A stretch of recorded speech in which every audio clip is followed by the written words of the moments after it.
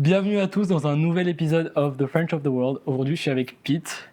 Est-ce que je devrais dire Peter plutôt ? Non, Pete, c'est bien. Pete, c'est bien, super. On est actuellement en Tasmanie. C'est un endroit merveilleux, magnifique. Pour ceux qui ne savent pas, c'est la petite île qui est au sud-est de l'Australie. Et on s'est rencontrés par une amie que moi j'ai rencontrée en camping. Donc vraiment connexion un peu lointaine. Pete, tu viens de Belgique, c'est ça ? De Bruxelles. Tu vas nous expliquer tout ça. Avant, j'aimerais juste rappeler le concept du podcast. C'est un podcast pour les gens qui apprennent le français, qui veulent en découvrir plus sur la culture francophone et qui veulent améliorer leur français en écoutant des podcasts. Donc, je vais essayer de parler à peu près comme ça tout le long, un peu lentement.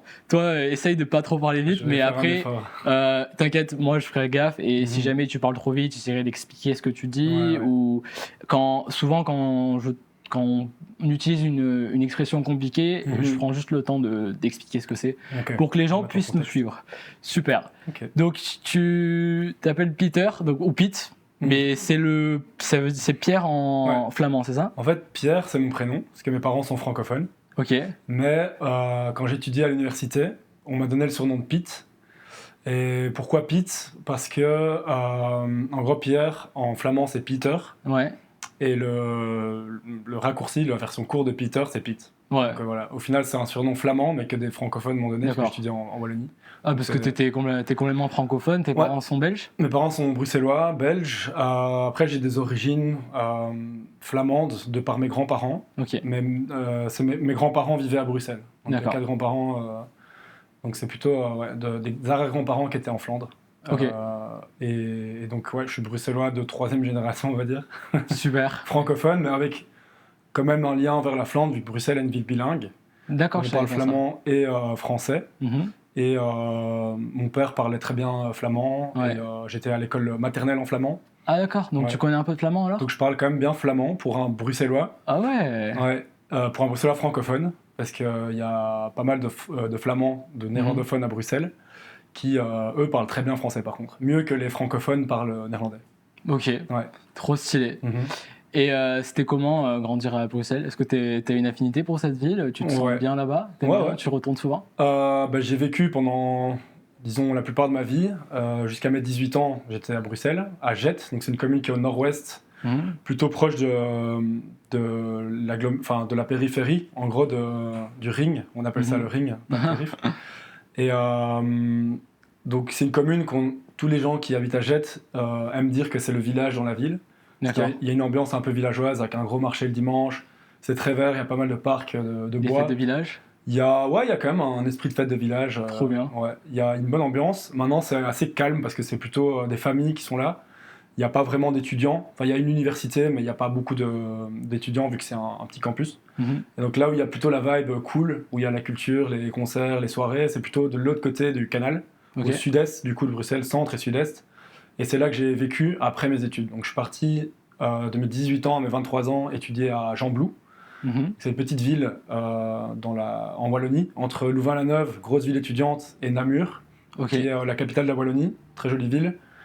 Et Gembloux, c'est plutôt une ville petite avec une faculté d'agronomie qui est là depuis très longtemps en fait, depuis plus de 100 ans. Et toi, t'as pas étudié l'agronomie, non ? J'ai étudié l'agronomie. En gros, c'est ce qu'on appelle bio-ingénieur maintenant. Avant, c'était agronomie. Ok, donc en gros, toi, on n'est pas obligé de trop te parler de ça, mais ce que tu as étudié, c'est comment, en étant ingénieur, améliorer la production agricole ou juste la production ? C'est en rapport avec le vin ou c'est juste agricole ? Agronomie, c'est ce que tu dis, c'est donc tout ce qui est production végétale ou animale. Ça, c'est vraiment l'essence de l'agronomie. Et c'était ça le but de cette université quand elle a été créée il y a plus de 100 ans. Mais avec le temps, ça s'est développé. Et donc, il y a beaucoup d'autres aspects qui sont étudiés là-bas. Et donc, agronomie, c'est un des masters qu'on peut étudier. Donc, le bachelier, c'est bio-ingénieur, donc c'est le tronc commun qu'on a tous. Et après, il y a 4 masters, en gros, où on peut se spécialiser soit dans la chimie et les bio-industries. Donc, ça, c'est plutôt en mode laboratoire, on va dire. C'est un peu plus travailler sur les différentes molécules organiques qu'on peut utiliser dans pas mal d'applications, donc le pharma ou l'alimentaire aussi. mais aussi la pétrochimie. Mais pour se passer plutôt de la pétrochimie, donc par exemple, je sais pas, un bête exemple, ce serait faire des plastiques à base d'amidon de maïs, des trucs comme ça. Ou utiliser des levures ou des bactéries pour produire différentes molécules. Donc beaucoup d'applications dans la pharma.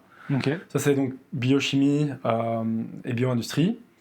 Il y a l'agronomie, donc là c'est vraiment élevage et agriculture, que ce soit en région tempérée, donc Belgique, Europe, ou région tropicale, parce que comme tous les pays, beaucoup de pays européens, on a un passé colonial, donc on avait des productions C'était au Congo, c'est ça ? Au Congo, en Belgique, ouais. Donc on a encore pas mal de liens avec le Congo et certains pays d'Afrique centrale pour l'agriculture tropicale, du coup. Donc on enseigne encore beaucoup l'agriculture tropicale et il y a pas mal d'échanges avec des étudiants africains qui viennent étudier à Gembloux. Et alors ça fait 2 masters. Il y a un 3e master, c'est la forêt et biodiversité. Donc là, c'est vraiment tout ce qui est plus écologie, foresterie, pareil, tempéré ou tropical, parce que c'est vraiment pas la même manière d'approcher les choses en région tempérée ou en tropicale. Et biodiversité, ça va plus être vraiment comment gérer un écosystème, comment gérer un endroit, une zone naturelle, etc. Et toi, moi, j'ai choisi le 4e master, qui est sciences et technologies de l'environnement, qui avant s'appelait génie rural, donc c'était vraiment plus axé sur les machines agricoles. D'accord. Et l'irrigation, ça c'est vraiment l'origine un peu de ce master-là. Et au fur et à mesure, ça a évolué. Il y a pas mal d'autres aspects, donc, notamment l'énergie, gestion de l'énergie, autant la production d'énergie, plutôt énergie renouvelable du coup aujourd'hui, que la gestion de l'énergie dans les bâtiments ou dans les différents processus industriels, parce qu'en fait l'énergie elle est partout, on l'utilise à différents endroits. Gestion de l'eau, donc irrigation, comme je l'ai dit, mais aussi stockage de l'eau dans les nappes phréatiques, qualité de l'eau, hydrologie en gros, un peu gestion des bassins versants, donc tout là où l'eau va s'écouler pour éviter qu'il y ait des inondations, de l'érosion, etc. Quoi d'autre ? Il y a beaucoup de choses, beaucoup de choses en fait. Ça a l'air super complet. Et donc de ces études-là, en fait, il y a vraiment énormément de débouchés différents dans l'ingénierie, mais à plein de niveaux différents. Dans le public, les entreprises publiques ou privées, et donc ça paye mieux peut-être. Probablement. Après, c'est pas toujours facile au niveau de combiner ces valeurs si on a envie de protéger l'environnement et de bosser dans des grosses entreprises. Moi, c'est vraiment pour ça que j'ai fait ces études. C'est pour les valeurs environnementales. Et du coup, j'essaie de trouver des jobs qui sont en rapport avec mes valeurs. Et donc, c'est pas forcément les jobs qui payent le mieux. J'imagine. Mais au moins. Peut-être dans le futur, ce sera là où il y a des opportunités, tout ça. Ouais, clairement. Et alors, juste pour faire un lien avec ce que tu m'as dit, tu m'as dit que tu étais venu d'Indonésie. Si ça te dérange pas d'en parler un peu de ton parcours de voyage. Bien sûr. Tu es venu d'Indonésie à Darwin et je t'ai demandé pourquoi Darwin et tu m'as dit parce que c'était le moins loin de l'Indonésie. Est-ce que pour toi, c'était. Si j'ai bien compris, pour toi, ça valait le coup de t'arrêter à Darwin pour pas prendre l'avion qui va trop loin, pour pas trop consommer en termes de carburant? En gros, mon but c'était d'arriver en Australie sans prendre l'avion. De base, j'avais 6 mois, j'avais prévu 6 mois pour le faire.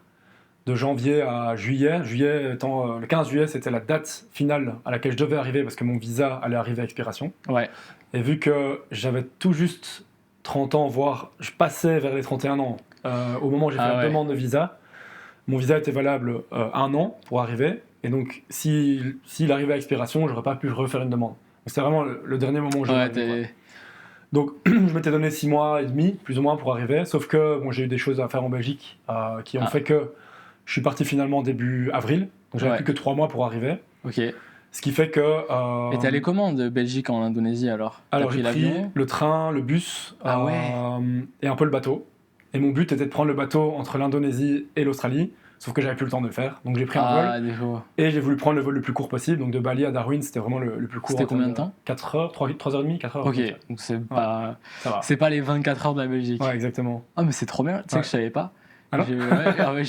Tu m'avais dit que c'était pour le vol le plus court, mais j'avais pas réalisé que tu avais fait tout ce voyage de la Belgique en Indonésie. Ça t'a pris combien de temps ? 3 mois.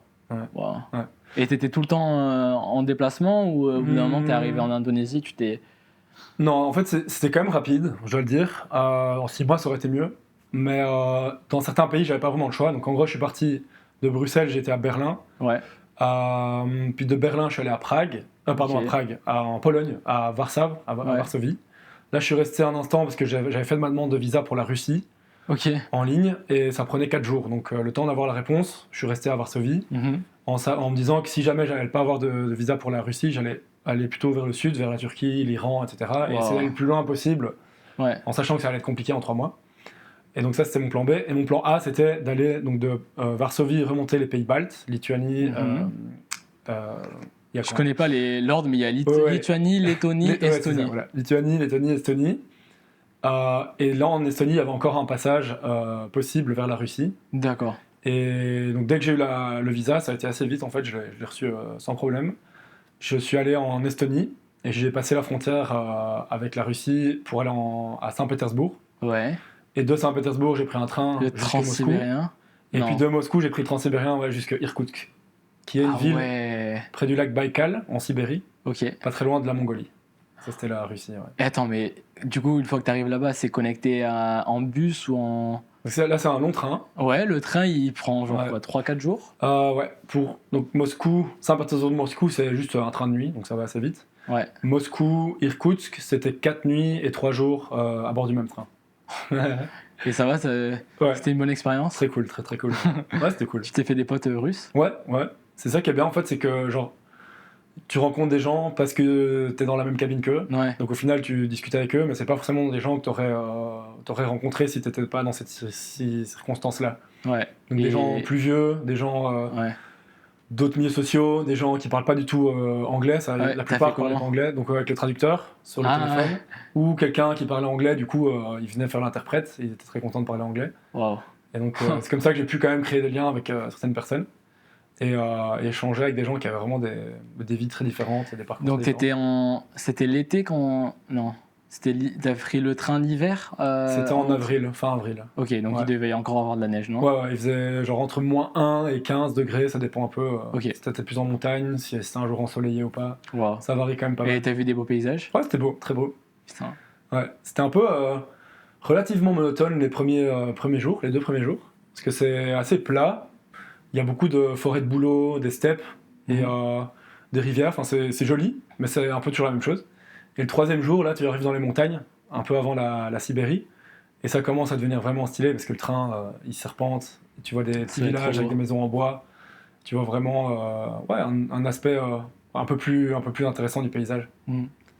Il y a encore de la neige, des feux. Donc, après une fois que t'es arrivé à Irkoutsk, comment ça se dit? Irkoutsk. Irkoutsk. Ouais. Pas facile à prononcer. T'es resté un peu là-bas? Il y a des choses à visiter? Ouais.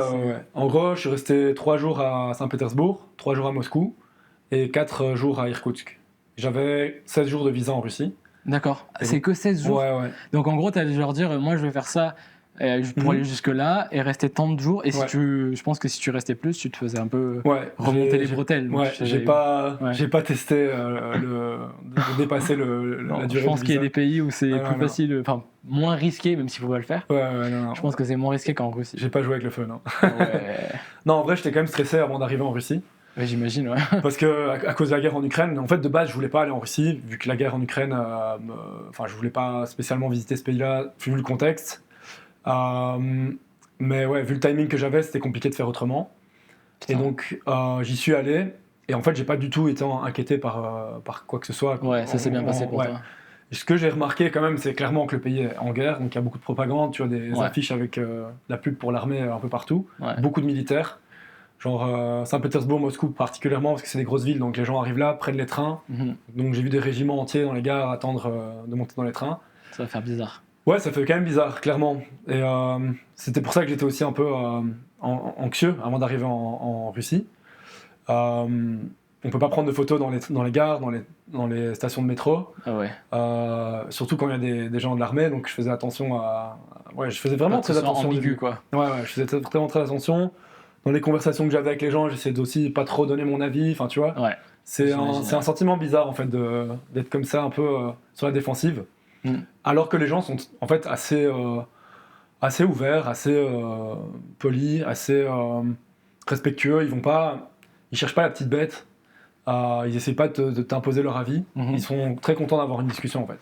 Donc ça, au final, après un certain temps, je me suis relâché. J'arrivais à juste avoir des discussions. Mais bon, tu vois que c'est quand même plutôt dans des endroits où il n'y aura pas trop de monde qui peut écouter autour, que les gens vont être à l'aise de discuter comme ça. Ouais. Je sais qu'il y a pas mal de surveillance là. Ouais. Donc ils n'ont pas envie de se faire dénoncer ou quoi. Et donc tu es arrivé en Sibérie et après tu es descendu en Mongolie, en Chine, c'est ça? Ouais. J'ai pris un train d'Irkoutsk jusqu'à Ulaanbaatar. Donc pareil, un train de nuit. Ok. C'était 24 heures. Je crois que ça, c'est la plus belle partie du tronçon. Ah ouais, parce que tu longes le lac Baïkal. Okay. Et après, tu arrives dans les montagnes qui sont au nord de la Mongolie où il n'y a rien. En fait, tu as juste une ligne de train et rien. C'est les collines remplies d'herbes avec des animaux sauvages, enfin des chevaux sauvages qui sont là dans la prairie. Ouais, c'est vraiment très stylé. C'est beau. Ouais. C'est beau. Ouais. Et après? Donc la Mongolie, je suis resté aussi 2 semaines. J'ai visité un peu le désert du Gobi, le sud, en partant d'Ulaanbaatar.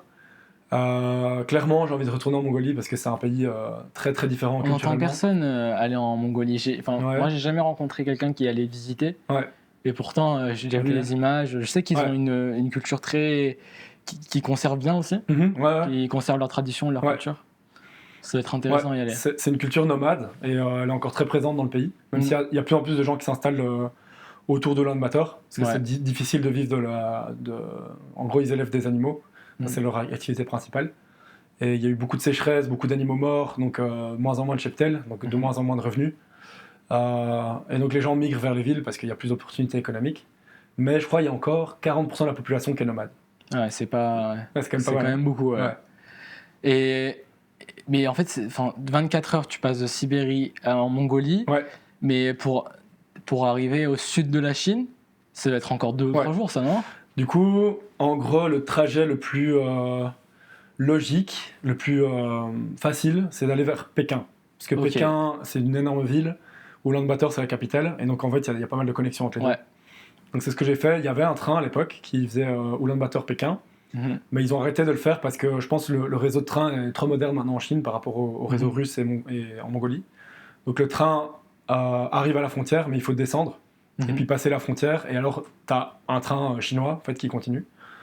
Et c'est plus ou moins ce que j'ai fait. En fait, j'ai pris un bus parce que le train était plus cher et le bus traversait la frontière. Donc j'avais pas besoin. Si je prenais le train, je descendais avant, je vais prendre un taxi ou un bus pour traverser la frontière parce que tu peux pas traverser à pied.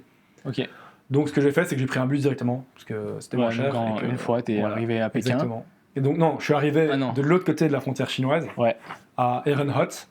Petite ville frontalière où il n'y a pas grand chose à faire, à part galérer pour trouver comment partir de là et aller vers Pékin. Et en fait, il y a un train qui part tous les jours, il y en a 2-3 je pense, et qui arrive à une autre ville, Wushangliu, un truc comme ça, j'ai oublié le nom, qui est une petite ville à l'échelle de la Chine, mais c'est quand même 2 millions d'habitants.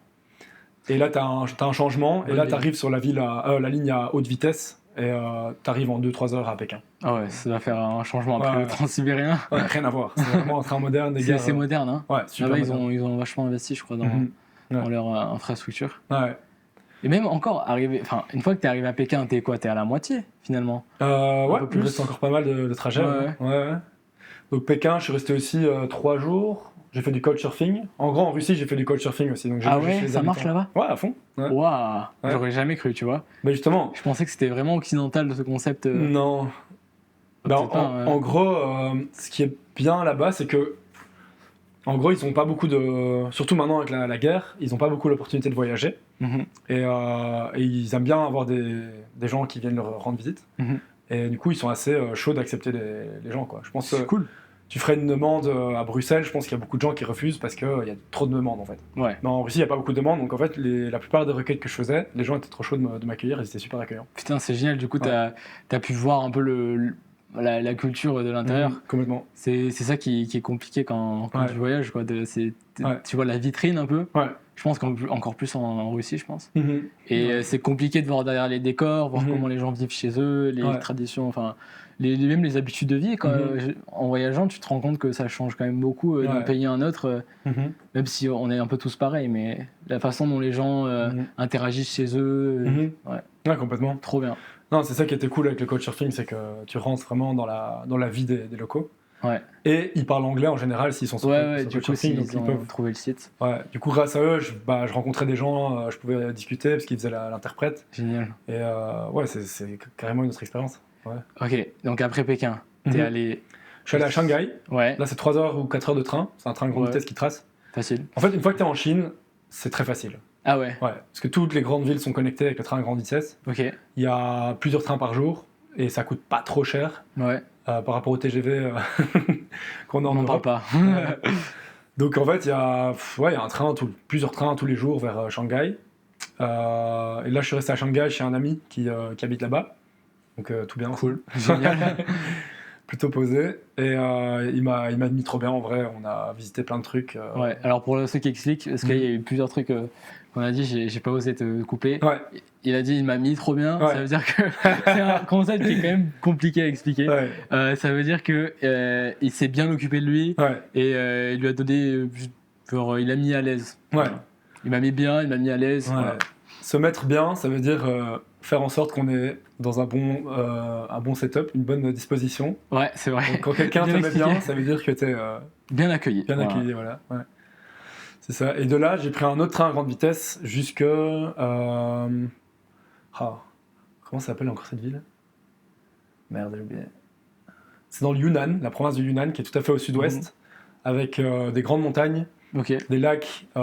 C'est la province chinoise où il y a le plus de mixité, de diversité ethnique. Ok. Parce que c'est proche de l'Asie du Sud-Est. Ouais. Il y a des montagnes, donc il y a des vallées où les différents groupes vivaient un peu, chacun dans leur territoire. Et beaucoup de thé, de plantations de thé, donc des paysages assez beaux. J'imagine, ouais. Avec les montagnes qui arrivent très très haut vers Shangri-La. Ouais. On n'est pas très loin de la chaîne de l'Himalaya. Ouais, c'est ça. Et du Tibet, etc. Ouais. Donc c'est un des points d'entrée vers le Tibet. Donc là, je suis resté aussi 4, 5, 6 jours, un truc comme ça. Et puis, j'avais que 15 jours de visa en Chine. Ah, pareil, c'est chronométré. Ouais. Ce que les gens font en ce moment, parce que c'est récent en fait, que le visa à l'arrivée est autorisé. Donc, tu n'as pas besoin de faire une demande de visa pour pas mal de pays, pas tous.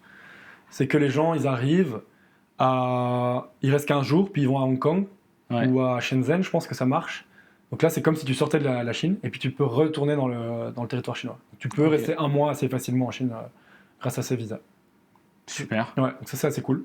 Et donc, tu es allé à l'ouest pour je suis allé à l'ouest pour aller ensuite vers l'Asie du Sud-Est. Ouais. Donc mon plan de base, c'était d'aller au Vietnam. Ouais. Mais finalement, j'ai décidé d'aller au Laos parce que je voyais que le temps commençait à me manquer. Et Laos, en ligne droite vers la Thaïlande, ça allait plus rapidement vers la Malaisie, puis Singapour, puis l'Indonésie. Ah, mais en prenant des bateaux alors ? Des bus. J'ai pris un train jusqu'à la frontière de la Chine et le Laos. Ouais.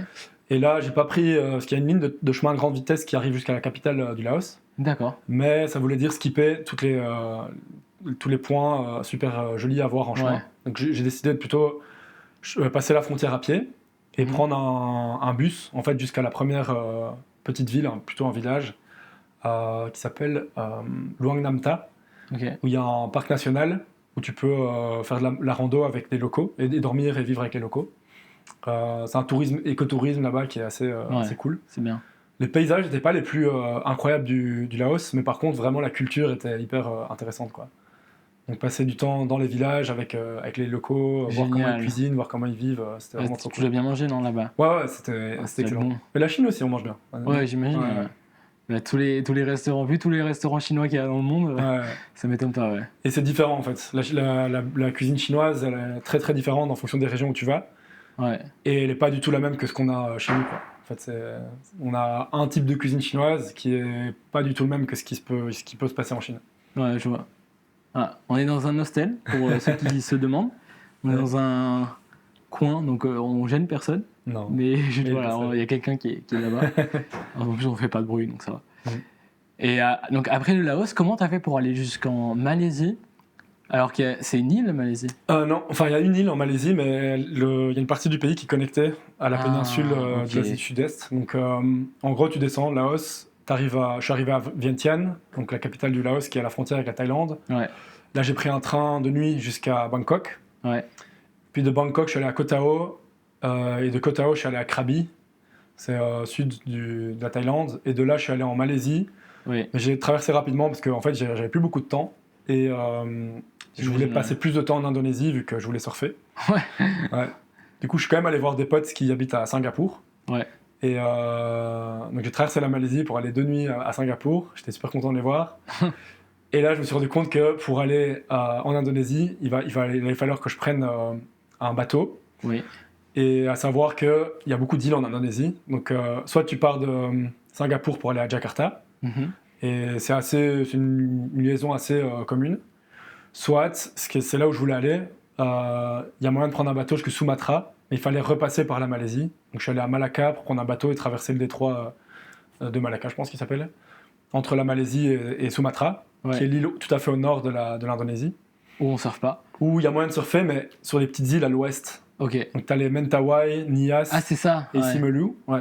Les Mentawai, c'est connu pour surfer. Ouais. Très, très connu. C'est connu, c'est très éloigné, donc il n'y a pas trop de monde, mais il y a des super belles vagues. Ouais. Et donc, tu t'es retrouvé à Bali, c'est ça? Donc, je suis arrivé à Sumatra, et mon but, c'était d'arriver en ferry jusqu'à Simeulue, où j'avais un couple de potes australiens qui allaient pour 2 semaines. D'accord. Et qui m'ont dit, viens là, ça va être incroyable, c'est vraiment les plus belles vagues du monde, là. J'ai dit, ok, vas-y, ça vend du rêve. J'ai trouvé un resort qui était pas trop cher, parce que c'est très très exclusif, donc c'est quand même très cher là-bas. J'ai réservé, du coup j'étais un peu genre, ok, il faut que j'arrive absolument tel jour.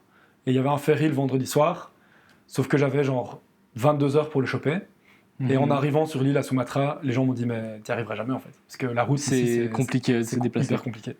Donc il fallait que tu prennes des bus ou donc j'ai pris une moto. J'ai pris un bus jusqu'à une ville où il y avait un aéroport. Et là, c'est mon premier craquage, avion du voyage. J'ai pris un petit vol jusqu'à Medan.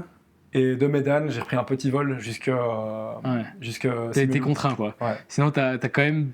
Sinon, t'as fait de ton mieux, quoi. On peut pas t'en vouloir. Là, c'était un peu le dilemme, en fait, entre, ok, je me fais vraiment plaisir pour le surf, qui est un des trucs qui me fait le plus plaisir dans la vie. Avec, en sachant qu'en plus, il y avait des potes qui étaient là-bas. Donc c'est partagé. Du coup, j'y suis allé en avion. Voilà, c'est un peu le craquage, mais j'ai pas de regrets parce que... C'était un petit avion? Ouais, c'était 1 heure de vol. Ouais, ça va. Donc... si j'avais pas, en fait, même si j'avais essayé de prendre le ferry, il y avait une tempête, donc le ferry était annulé. Donc vaut mieux. Ça aurait été galère. Plus. Donc attends, je vais juste regarder l'heure, parce que toi, tu as un impératif après, et j'ai des questions encore à te poser. Ouais, je parle beaucoup. Donc, non, mais c'est super. On se régale. Il est 2h20. Est-ce que tu... Je prends... c'est pas grave. Est-ce que t'es ok pour continuer encore 10 minutes, un quart d'heure? 10 minutes max. Allez, ça va. Tu sais quoi, on va mettre un timer et j'ai quelques questions. Malheureusement, on va pas pouvoir parler de tout. C'est un peu décevant, mais c'est pas grave, c'est déjà ça. Au moins pour vous, ça sera plus rapide à écouter.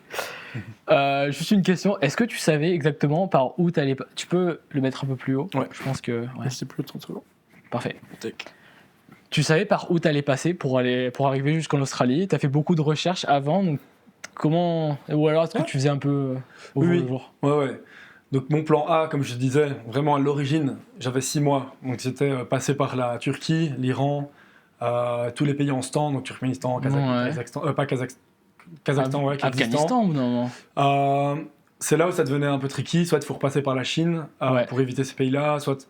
Donc là, c'était un peu... voilà. C'était pas sûr, quoi. Sauf que, assez rapidement, je me suis rendu compte que j'allais devoir rester jusqu'à fin mars en Belgique. Et donc, j'ai commencé à regarder pour la Russie. Du coup, en plus, ça, c'est un trait, 4 jours de transsibérien. C'est déjà... Tu sais qu'il y a des places et que c'est prévu, quoi. Il n'y a pas de frontières, pas de visa, donc c'était beaucoup plus rapide. Et donc, c'est là que, du coup, j'ai pas trop continué à explorer l'option du Sud. Et donc, une fois que je savais pour la Chine, de base, pour la Russie, de base, je voulais aller directement à Pékin, sauf qu'il n'y avait plus de train, donc Russie-Pékin.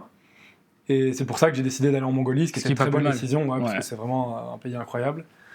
Et puis la Chine, je savais que j'allais rendre visite à mon pote à Shanghai, donc probablement passer par Pékin.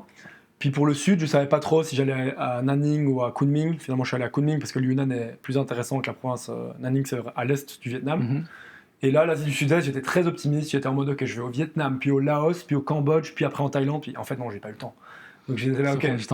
C'était Laos, Thaïlande, et puis j'ai même skippé la Malaisie pour arriver en Indonésie.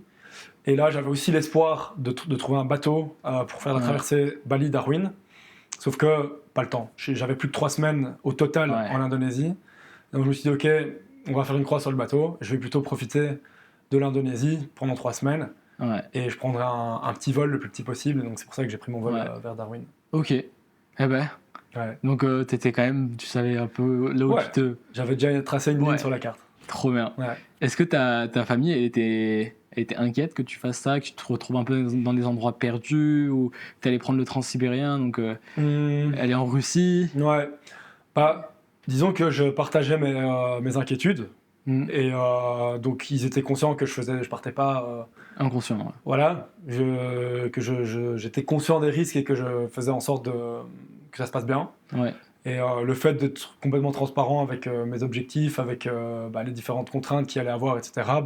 Je pense que ça les a rassurés. Et puis j'ai 32 ans, j'ai déjà pas mal d'expérience de voyage derrière moi.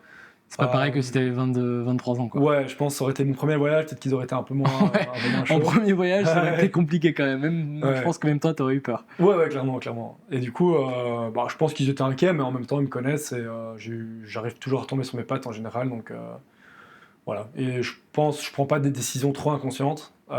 Ça peut m'arriver, mais... des fois, même des décisions qu'on croit vraiment mesurées, c'est compliqué de mesurer le risque, quoi. Ouais, clairement. Parce que t'arrives dans des nouvelles situations, tu peux pas inventer une expérience, quoi. Non, c'est sûr. Donc, il faut se faire l'expérience, et souvent, l'expérience, elle est un peu mitigée. Et... ça, je connais. Ouais. Ça faisait longtemps que tu voulais aller en Australie? C'était... Ouais. Ou est-ce que ça t'a pris comme ça, tu t'es dit allez vas-y j'y vais, ou c'était un projet long terme? Disons que quand j'avais 17 ans, j'avais l'envie de faire une année après les études secondaires en Australie. Je l'ai pas fait parce que j'ai décidé de finalement commencer les études directement. Et j'ai voyagé dans d'autres endroits et l'Australie m'intéressait plus tellement que ça. Enfin, j'y suis allé en fait il y a 6 ans pour rendre visite à un pote qui vit ici. Pendant 5 semaines, j'ai bien kiffé, c'était pas ça la question. Mais le monde est grand, il y a plein d'endroits qui m'intéressent parce que la culture est différente. Donc j'étais pas forcément à fond sur l'Australie, mais c'est juste que j'ai depuis longtemps le rêve et l'envie de vivre à un endroit où il y a moyen de surfer, la plupart du temps. Et donc pour 1 an, en fait, il n'y a pas tellement d'endroits dans le monde où c'est facile d'aller vivre. Ouais. J'avais pensé au Brésil, mais au Brésil, il y a... Les visas, ouais. Voilà, pour les visas, c'est soit tu trouves un visa de travail, mais donc il faut trouver un travail, je parle pas portugais, donc compliqué. C'était un peu plus compliqué. Et j'étais pas vraiment dans l'envie de faire un road trip vraiment de 1 an. Il faut des fonds, ouais. C'est compliqué. Ici, le gros avantage, c'est que tu peux faire ton road trip, et en même temps, si tu as besoin d'argent, tu travailles une semaine là, tu trouves... c'est pas facile, hein, mais... tu peux quand même trouver des moyens de gagner des sous et être un peu indépendant comme ça. Totalement. C'est pour ça, du coup, je me suis dit, ok, qu'est-ce qu'il y a comme pays? Nouvelle-Zélande, ça me plaisait beaucoup, plus que l'Australie pour les paysages. Mais au niveau du surf, c'est un peu moins bien. Et comme j'ai pas mal d'amis en Australie, je me suis dit, ok, allons-y pour l'Australie, quoi. Donc, t'es arrivé à Darwin, et tu veux expliquer un peu ce que t'as fait en rapide, parce qu'on n'a pas énormément de temps. On a encore 4 minutes, donc vas-y. Donc à Darwin, je suis arrivé, pas dans l'idée de rester, parce qu'il n'y a pas de surf là-bas. Juste dans l'idée de faire mes papiers pour avoir la possibilité de travailler et acheter une voiture. Donc j'ai rapidement trouvé une voiture et finalement je me suis lié d'amitié avec les gens qui étaient à l'hostel et j'ai commencé à bosser un petit peu et à me dire qu'il y avait pas mal de choses vraiment chouettes à voir dans les environs. Donc de 2 semaines, qui était le temps que je voulais passer là, je suis resté de 5 semaines en fait. Ce coup-ci j'ai fêté mon anniversaire, enfin bref, j'ai vraiment passé un très très bon moment à Darwin. Mais c'est nécessaire que je bouge. Et donc, je suis parti vers Cairns en 4x4 à travers le Savannah Way. Et pour ceux qui connaissent pas trop l'Australie, il y a combien de kilomètres entre Darwin et Cairns? Alors, par cette route-là, il y a 2600 km. C'est énorme. Si on compare à l'Europe, c'est quoi 2600 km? Tu fais Belgique, Portugal, ou même au Maroc. Au Maroc, Maroc déjà, Ou alors de l'autre côté, Grèce. Ou en Grèce. Donc c'est énorme. Énorme. En plus en 4x4, donc ça va lui prendre un petit moment. Parce que surtout, en fait, sur les 2600 bornes, il y a peut-être 2000 bornes qui sont de la piste. Et donc tu peux pas rouler à 100. En fait, tu essayes de rouler à 100, parce qu'il y a tellement de tôles ondulées. Si tu vas trop lentement, en fait, ça vibre beaucoup trop. Donc dès qu'il y a moyen, tu essaies de rouler à 100 pour être au-dessus des bosses, et donc tu sens moins les vibrations. Mais il y a des endroits où il y a des virages, il y a des rivières, il y a des trous avec de la poussière très très fine, des boules dust, ils appellent ça. Du coup, il faut essayer d'être vraiment attentif pour pas se la prendre. Et si tu as une voiture devant, en fait, tu dois laisser 1 ou 2 km pour que la poussière retombe, sinon tu vois rien. Ah ouais. Donc c'est fatigant. Et en plus, si tu tombes en panne, Et si tu tombes en panne, c'est t'es mal. Il y a moyen d'être mal, Et donc, rapidement, après, t'as fait la côte Est, c'est ça? Je suis arrivé à Cairns, je suis resté 2 semaines à Cairns, très belle région, mais pas de surf, donc voilà, j'aime bien visiter. Pas de surf, on peut pas rester. Mais j'ai quand même l'idée de surfer, donc je me suis dit, ok, je descends, et là, je suis arrivé en suivant les côtes, je suis arrivé à Noosa, sur la Sunshine Coast. Ouais, là, ça commence à bien surfer. Ouais. Mais il y a beaucoup de monde. Mais beaucoup de monde, et compliqué de trouver un travail. Donc, voilà, j'ai décidé En fait, j'ai eu l'occasion de travailler dans une ferme solaire. Et c'est à partir de ce moment-là que j'ai décidé de descendre vers Sydney et aller bosser dans cette ferme solaire pendant 2 mois pour faire un peu d'argent. Ouais. Donc ça m'a de Noosa jusqu'à Sydney, je pense pendant 2 mois j'ai pu surfer pas mal. Bien. Puis du coup 2 mois de travail. Il faut. Pour pouvoir surfer mieux après. Exactement. Et là maintenant, bon, on n'a pas beaucoup de temps donc on fait un peu en accéléré. T'es en Tasmanie. Ouais. Alors est-ce que t'es content ici? Tu dois rester un peu ici un moment, travailler? Donc ouais, là je compte rester 2 à 3 mois en fonction du boulot et du surf. Ouais. Et tu vas t'améliorer, je pense. Je pense que le surf ça va s'améliorer. Ouais, du coup il va peut-être rester 3 mois en fait. Dès qu'il va faire plus froid, il y aura des meilleurs vents, meilleurs hauls. Ouais. Je pense qu'on va être sur du... on va bien surfer. Ouais. Non, je kiffe bien la Tasmanie, c'est super beau. Très vert, plein de belles randos. Pas trop de monde. Belle plage. Les plages sont incroyables. On a surfé ce matin ensemble. Ouais. Et on était à un endroit, je mettrai une photo, où il y avait des belles vagues. L'eau était très très limpide, très claire. Le sable blanc, mais alors vraiment paradisiaque. Par contre, il faisait froid. Ouais. Donc sur les photos, tu pourrais dire ah ouais, il doit faire bon, t'as l'impression qu'il fait 25-30 degrés. Non, il faisait 15 degrés. Donc il faisait pas chaud, mais on a bien surfé, on s'est régalé. Moi, ça me fait penser à la Corse, mais en froid en fait. Parce que c'est vrai. Le sable est blanc, les plages sont. L'eau elle est bleue turquoise, il y a des pins et des. Ouais. Tu te dis ok, il fait 40 degrés en effet, mais en fait non. Non, le paysage, il n'y a pas la température qui va avec. En même temps, la Tasmanie c'est un peu le pays du froid et du chaud en même temps. Ouais. C'est ce que je dis toujours. Ouais. Après, il fait pas si chaud. Hein. Quand le soleil tape. Ouais, alors c'est vrai que le soleil est très fort, parce qu'au niveau de la latitude, on est quand même proche de l'équateur. Quand on compare à l'Europe, là où on est en Espagne ou en Italie, en termes d'équivalent. Un truc comme ça, je crois. Ouais, je crois que le nord c'est moins de 40 degrés. Donc on est quand même proche de l'équateur. Le soleil tape pas mal et on peut rapidement avoir des coups de soleil. C'est traître parce que du coup il fait pas chaud. Ouais. Mais ouais, c'est vrai que c'est pour ça qu'il faut faire chaud. Ouais. Et ton expérience jusqu'à maintenant en Australie en général, rapidement, c'est positif? Très bonne expérience, hein. Ouais. Très bonne expérience de vie. Ouais. C'est un peu. J'essaie tous les jours de rester conscient que c'est vraiment assez incroyable ce que je vis. Pour pas être. C'est le timer qui me dit qu'il faut arrêter, vas-y, finis ça et puis. Non, en fait, on s'habitue, quand on voyage aussi longtemps, on s'habitue un peu à être dans des paysages incroyables, à être dans des contextes complètement hors du commun.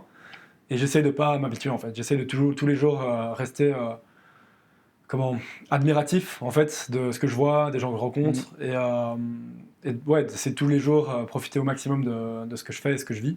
Ouais. Parce que je sais que j'ai une chance énorme en fait. Et que du coup, ce serait con. On a une chance énorme, c'est vrai. De pas vivre l'instant présent en fait. Ouais. C'est facile de se focaliser sur ce qui va pas. Parce qu'il y a toujours un truc qui va pas. Et c'est vrai que c'est génial. Ouais. Merci beaucoup. C'était un super épisode. T'es vraiment volontier si jamais tu veux faire une partie 2 parce qu'on a été coupé court. Mais déjà c'était super. Okay. Merci à toi. Non, rien. J'ai une petite tradition. Déjà, si tu veux dire quelque chose à l'audience, il y en a pas beaucoup, mais vraiment, je vous adore tous ceux qui me regardent et qui je vois à chaque fois qu'il y a des gens qui reviennent. Ouais. C'est vraiment super. Est-ce que tu voudrais leur dire quelque chose? Bonjour tout le monde. J'espère que ça vous a plu et que ce voyage que j'ai fait vous donnera envie de voyager. Ouais. Et la grosse leçon que j'ai retenue, c'est que les gens sont bons et il faut pas juger trop vite les gens, parce que vrai. Le monde est bon. Voyagez, allez à la rencontre des gens et n'écoutez pas ce que les médias disent, le monde est bon. Je suis 100% d'accord. Ouais. J'ai une petite traduction pour finir mon podcast, c'est juste dire à bientôt ensemble à la caméra. Ok. Donc, à bientôt. À bientôt.